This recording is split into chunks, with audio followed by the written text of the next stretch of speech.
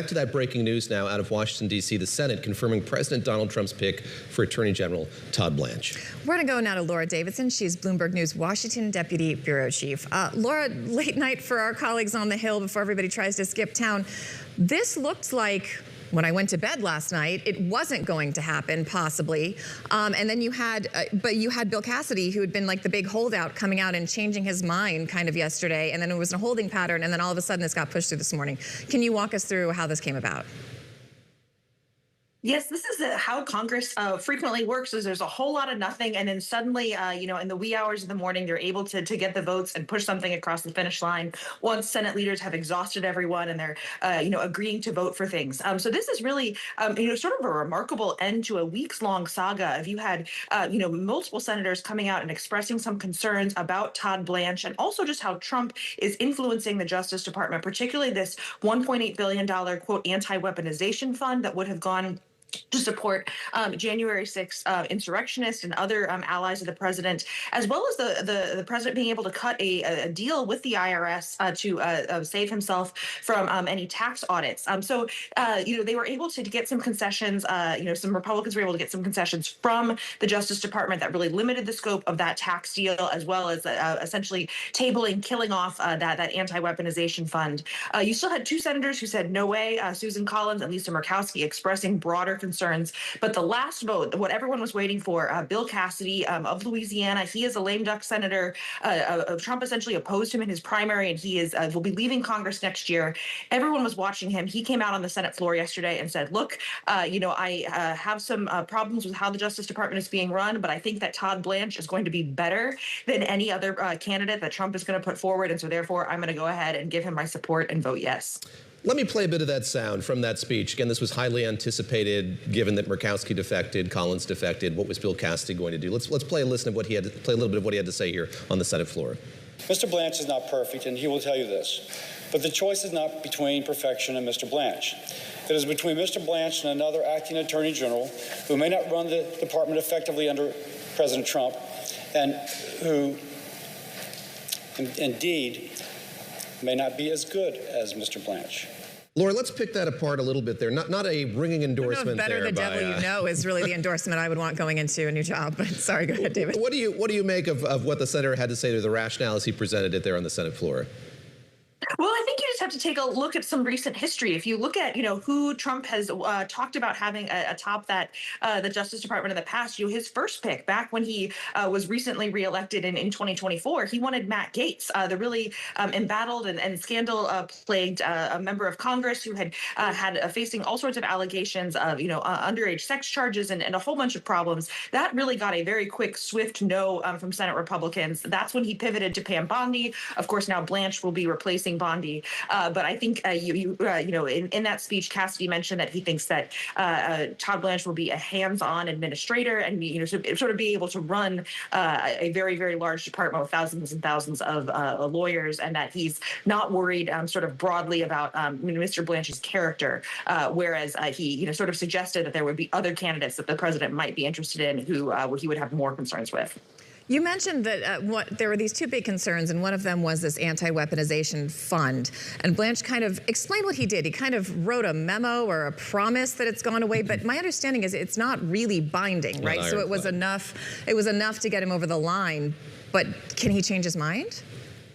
Yes, this is really kind of the legal question surrounding this. What some members of Congress wanted is this written into law, saying that this could never come back up again. Instead, what they got is sort of a memo from the Justice Department saying this is going away. But this is continues to be concerning to some members of Congress that this could come back up in future deals. As we've seen, Trump time and time again has said he didn't really want this to go away, even though his allies and aides were telling him that this was going to be sort of sacrificed for the broader good of getting his attorney general pick across the line. We've seen this on a whole broad range of issues where Trump says, he's moving on, but then suddenly brings it up. We've seen this with the reflecting pool. We've seen this with the ballroom, of that he continues to fight on some of these personal priorities for him. I don't think that what we saw last night meets the strict definition of a vote-a-rama. We had Stephen Dennis, our colleague, on a few weeks back, and we talked about that with him. But there was a string of legislation that the Senate dealt with before departing Washington yesterday. Another had to do with spending, and I want to ask you about that, Laura, if I could. I mean, customarily, or at least in recent memory, there have been a lot of these kind of last-minute spending bills that have been quite acrimonious. They've led to government shutdowns. What was passed, I think, was it 90-6 last night, was not that. It didn't seem like it went down to the wire in the same way that it has in the past. What did the Senate accomplish in that regard? What does it mean for the fall as we look ahead to the midterms in terms of how the government is funded? Yeah, so what they passed is what's called a continuing resolution, or a CR. This is essentially a stopgap government funding bill to keep the government open past the deadline when current funding is set to expire at the end of September. This would keep the government open until December 11th. So essentially kicks the can down the road beyond the midterm elections, which no one wants to see a shutdown happen during then. What they haven't resolved yet is they haven't come to agreement with the House. So good points for them doing their advanced reading, but they have not reached the group stage project of this. So when the Senate comes back on September 14th, I note, they have just about 2 weeks to work with the House to get a bill passed. So there's still a chance of a shutdown. Chances ticked down significantly last night when they were able to at least get something on paper that had broad bipartisan support. But we still could be talking about a shutdown in late September. And in other votes, the Senate also passed this sweeping Russia sanctions bill yesterday that has the late Senator Lindsey Graham's name on it. We talked about that a little bit earlier. So it does a couple things. It allows the president to impose tariffs of up to 100% on Russian energy importers. These are countries that are taking energy from Russia. But it also has some other less popular clauses in there, including it can give the president more flexibility to raise import taxes on other major economies. And it seems to give him the ability to unilaterally waive these sanctions if he decides they're not a good idea. So this did get a lot of support, but can you walk us through what's in this bill and how effective it's likely to be? Yeah, this is really kind of a tricky one, as there was, a kind of a classic a cooperation of coming together of a bunch of different pieces, something for everybody to like, but also something for everybody to dislike. So it had these Russian sanctions, which are, very much something that both, sort of hawks on the Republican side, as well as some Democrats wanted to see happen. But these sanctions come in the form of tariffs, which Democrats are not super pleased about giving the president more authority when it comes to tariffs. This also embedded additional sanctions also on Iran and Iranian oil producers to bolster some of the sanctions that have been coming from the Treasury Department, and gives Congress a little bit more control over that. This is really kind of the strongest rebuke we've seen, in terms of the Iran war coming from Congress. They've largely ceded their power to the White House and Trump on this matter. But, it ultimately did get across the finish line. Part of that is because this was one of those centerpiece pieces of legislation that Lindsey Graham, who died just a couple weeks ago, had wanted to get done. So this was really done in his legacy, and, made it through the process perhaps more quickly because, his friends were doing it in his name versus something that could have gotten bogged down by politics.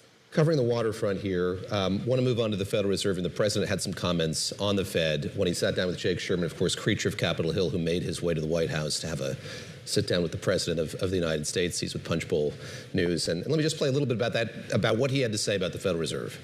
Should Kevin Warsh, your Fed chair, avoid a rate hike before the election? Well, it's up to him a little bit, but not completely. He's got a board that's very political. Right. The United States should pay the lowest interest rate in the entire world. So you think that he shouldn't hike rates before the election? It's not totally up to him. It's up to a board. I think he's great. I won't be criticizing him. But I've said many times, in the old days, 20, 25 years ago, call it the old days, if you announced good numbers, the interest rates went down because you were a better credit. Right. Makes sense, right? Now it's all bakakt. Now it's all a different thing. If you announce great numbers, everybody's depressed because we have great numbers. They think what you're going to do is raise interest rates. But in the old days, when you announced great numbers, interest rates went down. So I want to go back to those days. The president, they're opining on monetary policy with Jake Sherman of Punch Bowl. Lauren, let me just ask you about something that kind of complemented this. There was this letter that landed last week. Dan Scavino, the head of the personnel office at the White House, sent a letter to Lisa Cook, the Fed governor, on the heels of all of the travails that she's been through and the Supreme Court decision on her appointment, saying effectively she has to kind of respond to the allegations that have been levied against her with regard to alleged mortgage fraud here by mid-August, if I'm not mistaken. Where do things stand with that? And what does that say about the White House's approach here to the independence of the Federal Reserve? Trump is not giving up on his attempts to fire Lisa Cook. The Supreme Court earlier this summer said that when he went about it, he didn't do it the right way. So now we're seeing the White House try some different legal avenues to see if they might be able to oust her. We heard Trump say there, like, look, this isn't all up to Kevin Warsh. Of course, that's his handpicked chair at the Federal Reserve, but that there's a broader board here. So you're seeing the White House sort of pivot to seeing if they can pluck off other members of the board that they could then replace with people who'd be more open to the president's view of wanting to lower interest rates rather than raise them. I'll note, the president did get a little bit of, a boost perhaps in yesterday's jobs report, which, while from sort of a top line perspective was disappointing in that, we saw some contraction in jobs, but it at least reduces some of the pressure on the Fed to raise rates. I don't know that that's necessarily going to lead to a rate cut, but, we see the White House kind of working all angles here to see if they're able to get the monetary policy that the president desires. And speaking of retreading old ideas, we also had this Trump birthright tourism executive order that came out this week, in which the president seems to be trying to reimpose what the Supreme Court also struck down, making it restricting those who can qualify for birthright citizenship, including staff workers for foreign governments and babies of mothers who lie about their intentions for visiting the country while pregnant. But Laura, is there any way to enforce this? This is a huge question mark. This almost seems destined for legal challenges and perhaps yet again another Supreme Court challenge in the coming months, if not year. This is, essentially the White House lawyers have been working overdrive in the past couple of weeks to respond to some of those losses that Trump had in the Supreme Court earlier this summer to now get some new executive orders or new actions on the board here. But the birthright citizenship was sort of one of his most stinging losses, and looks from because of the constitutional nature of the 14th Amendment there, something that he's unlikely to have big legal successes on.